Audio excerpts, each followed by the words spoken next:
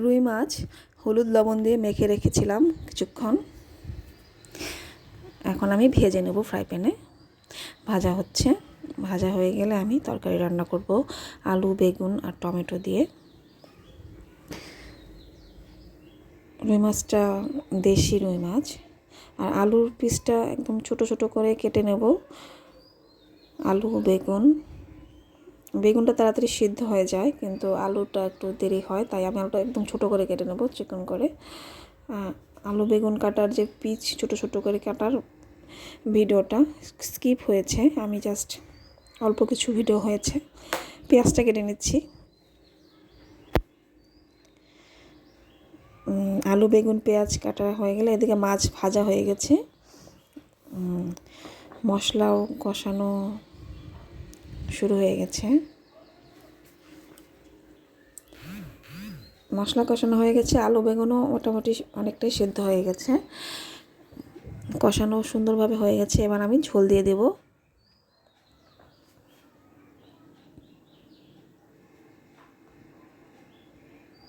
ভালোভাবে কষানো হয়েছে, ঝোল দিয়ে আমি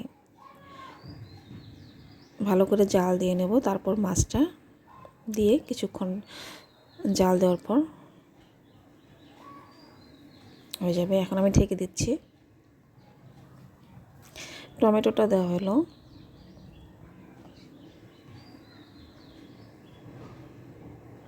এতেও মোটামুটি জাল হয়েছে। এখন আমি মাছগুলো দিয়ে দেবো। রুই মাছ দিয়ে অল্প কিছুক্ষণ জাল দিয়ে আমি নামিয়ে নেব।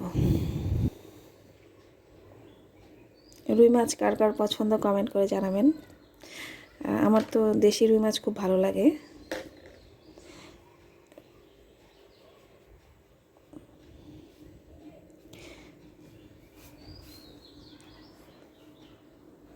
দেশি সব কিছুই ভালো লাগে, মাছ বলেন, তারপর দেশি মুরগি সবই ভালো লাগে আমার কাছে। দেশি জিনিসগুলোই আমার কাছে ভালো লাগে।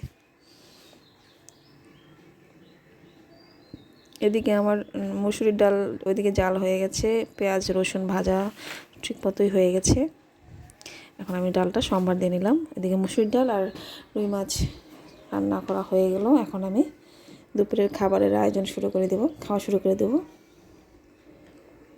নেড়ে চেড়ে নামিয়ে নেব ডালটা। ডালে ধনিয়া পাতা দেওয়াতে কালারটা সবুজ সবুজ হয়েছে। এদিকে ভাত বেড়ে নিয়েছি, কাঁচামরিচ গাজর টমেটো রুই মাছের মাথা আলু বেগুন দিয়ে। আর এদিকে ডালটা সবুজ কালার হয়েছে, কারণ ধনিয়া পাতা দেওয়া হয়েছে, তো কালারটা একটু সবুজ সবুজ হয়েছে। এখন আমি খাওয়া শুরু করে দেবো, অনেক ক্ষুধা লেগেছে।